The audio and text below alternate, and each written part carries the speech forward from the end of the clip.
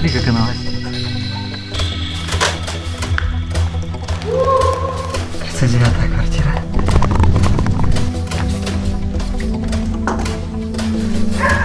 Пойдемте отсюда. Охереть, вот это жуть. Жутчайшая жуть.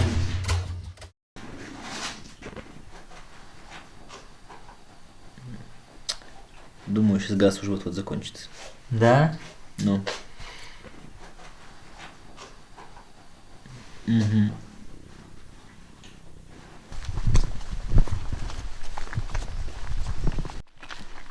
Здесь есть такие пятна, где вообще будет фонить. Да. Прямо здесь на асфальте есть. 132. Нормально, в принципе. Обалдеть.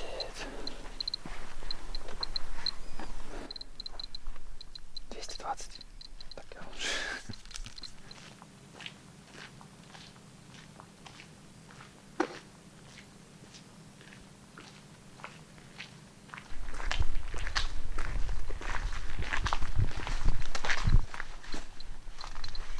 Смотри, здесь передаточный механизм кольца.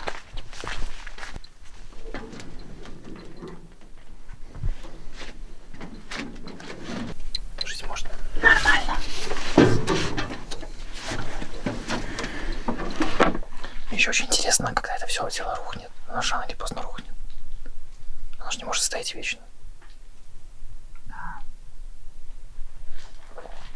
Может быть, тогда исчезнет окончательный, не знаю, как сказать, хайп по Чернобылю.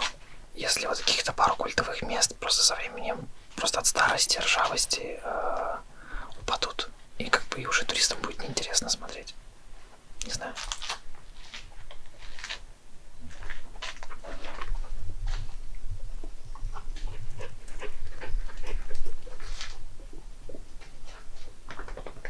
Собака. Так, пришла собака. Охренеть. Я думаю, что... Влад. Я думаю, Она с ошейником.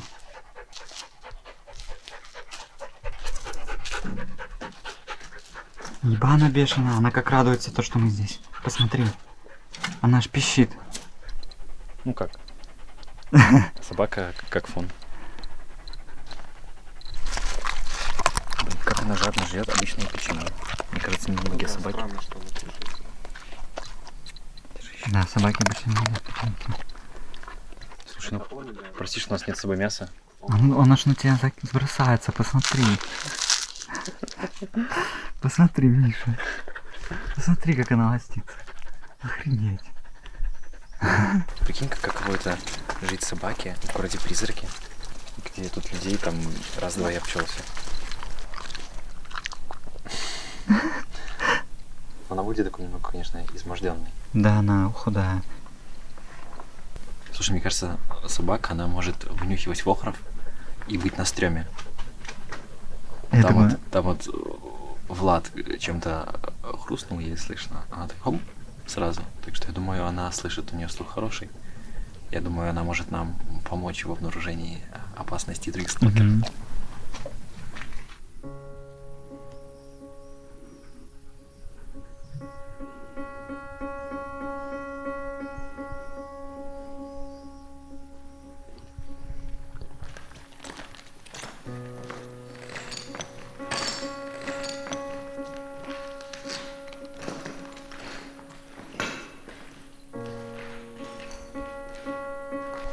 А это схемы. Короче, схемы вот этой всей системы. Вот. Влад, ты знаешь, что это за место было? Не, вообще в целом это все здание. Знаешь, что это за здание? Дворец культуры и энергетики. И что тут? Просто типа досуг проводили люди местные. Ну да, тут бассейн, там всякие занятия, спорт, культура, выступления.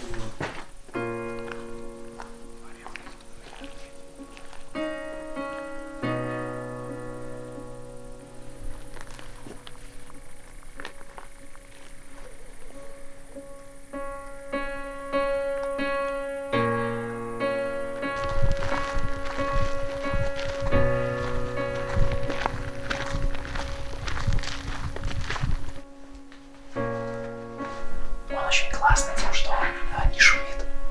Он даже обнаружил человека, который шел впереди нас. Мы его не видели сначала. И есть вероятность, что этот человек нас услышал, а потом вышел вперед собака, и он подумал, что это собака, и пошел дальше. Вот, а потом собака к нам вернулась. Вот, у нас есть кусочек колбаски. Мы сейчас ее накормим. Ну, в общем, теперь наш друг, наш чернобыльский пес. Давай это, Отдохни. Миш, давай подготовим нашу сталкерскую хату, окна заклеим, чтобы... Да, то мы светим еще красным, потому что в окнах может быть видно короче. Поэтому сейчас нам нужно заклеить быстро.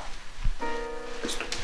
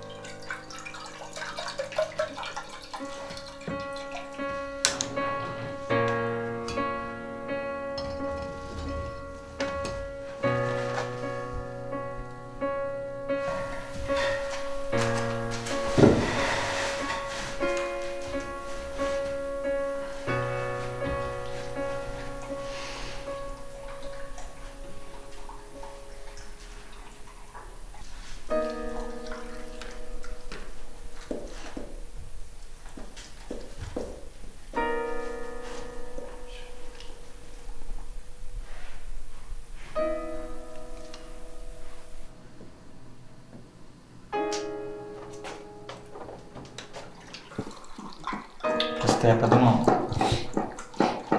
колбаса была соленая, ей надо запить.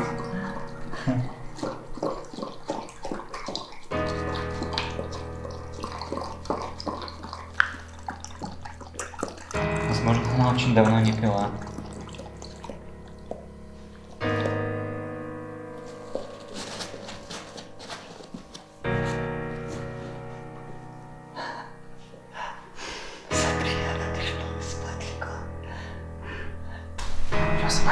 Спокойной ночи.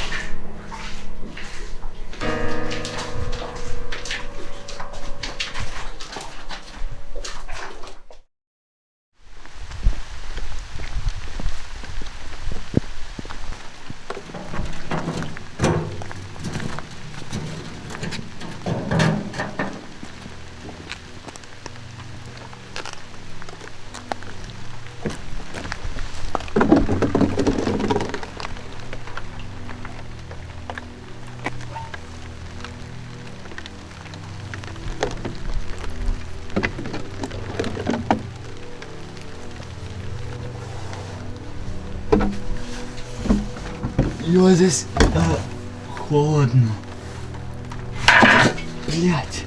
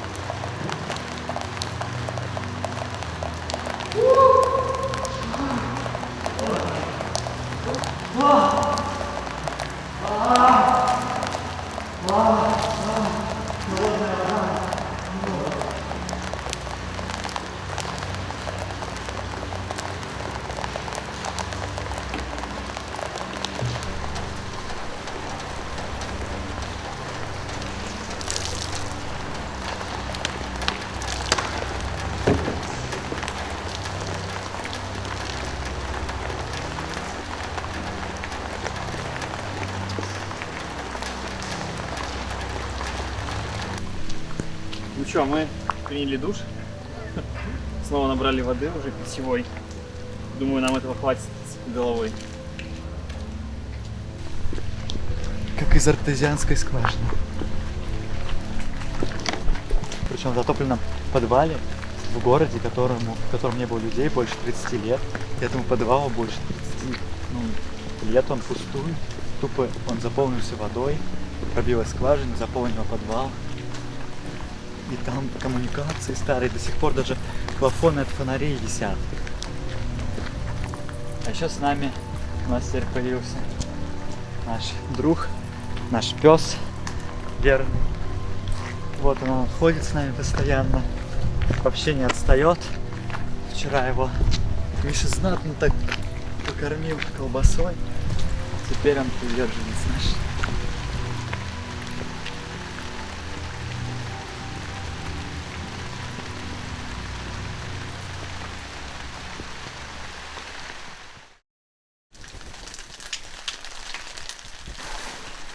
Сегодня у нас разгрузочный день.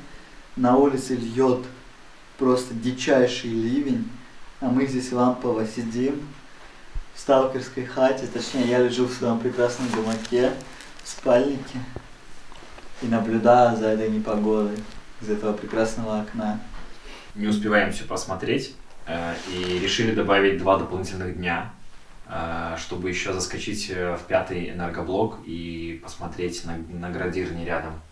И Олег, наш сталкер, согласился, нам помочь и передать сюда, в зону еды и пауэрбанк.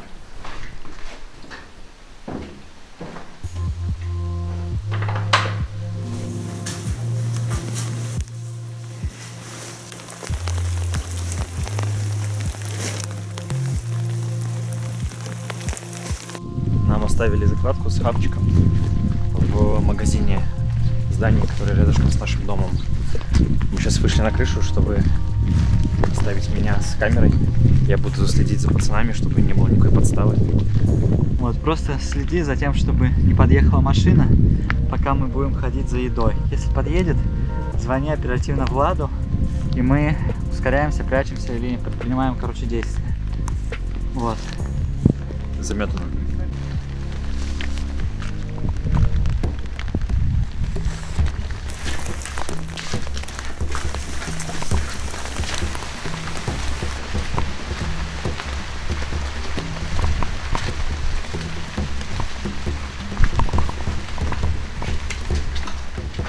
Где фонарь? Иди сюда. Сомневаюсь. Нашли. Справа. Нашли? Где? Справа, за дверью. О, класс. Нихера себе, она тяжелая. Что там так много, что ли?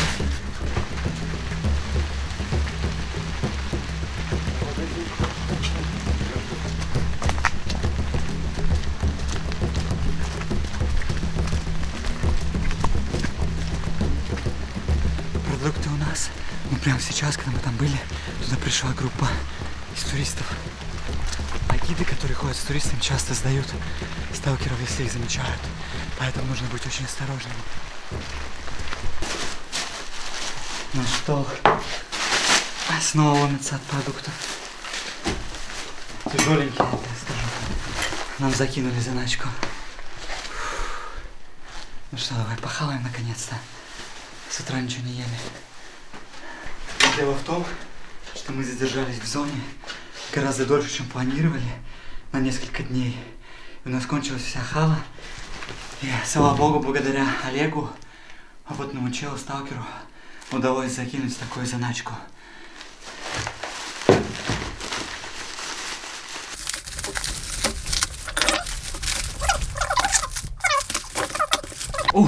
Сколько тушни он нам подогрел. Это энергетики. бонус? Вау, мы у него это не заказывали. Да, Ништяк. мы не заказывали.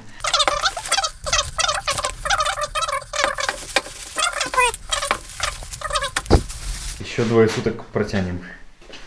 Да.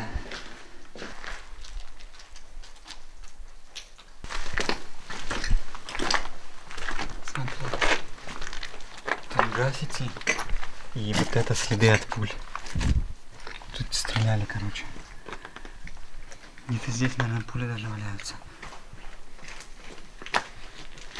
Чайник дырявый. В следах от пуль. Довольно стрёмно.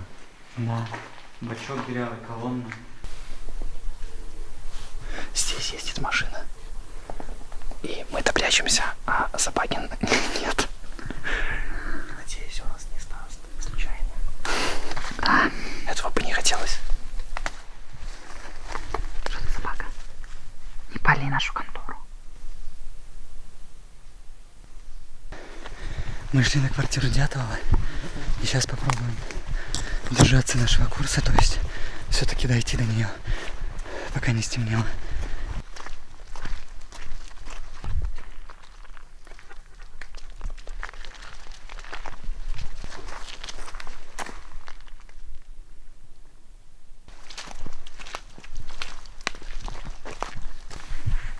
Мы дошли до дома, где жил Дятлов.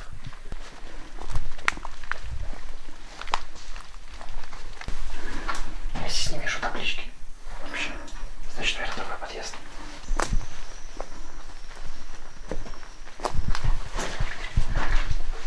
Цирь. 39-я квартира. Смотри. 39. Квартира Дятлова. Мы в квартире того самого человека, который руководил операциями на энергоблоке во время аварии на ЧАЭС. Пересеклись с ним не во времени, так в пространстве. Собака, смотри, она тупо улеглась на его диване. В этом доме квартире намного хуже, чем в том, в котором мы живем. Это пятиэтажка, и пятиэтажки здесь вообще в плачевном состоянии, видимо. Не знаю, их как-то больше повреждает, потому что они утопают в зелени, постоянная сырость просто их уничтожает. Надеюсь, он не покажет 3,6 рентгена. Согласен, я тоже. Сейчас. Нет, в пределах нормы.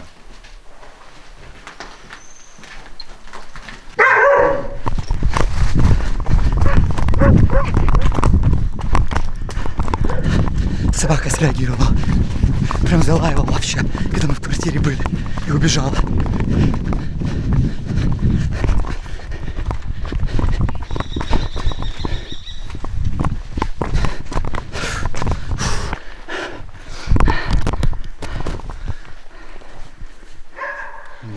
Пойдемте отсюда. Давай спокойно, не паникуем. У нас тактическое преимущество, не лови. Или нет? Тактическое преимущество.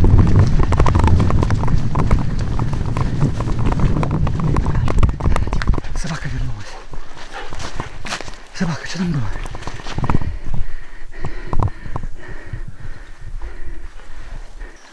Она как будто бы кого-то обнаружила. И непонятно кого. Может, сталкер. То есть кого-то, может быть, чужого сталкера. Слушай, ну на людей. Она никогда не лаяла на людей. Так, возможно, это был просто тупо дикий зверь. Давай посмотрим.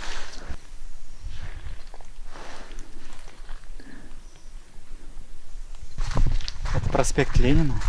Наверное, самая широкая улица в Припяти, которую мы видели. Вот. Здесь я вижу дома по краям. И они стоят гораздо дальше, чем обычно. Их не видно, все заросло.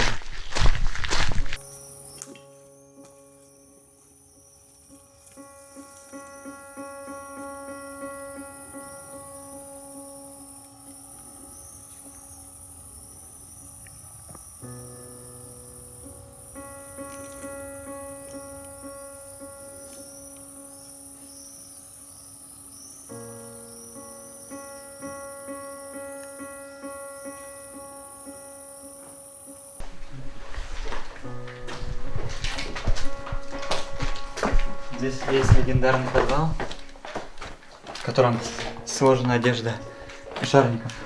Но мы туда не пойдем. Всякие маски.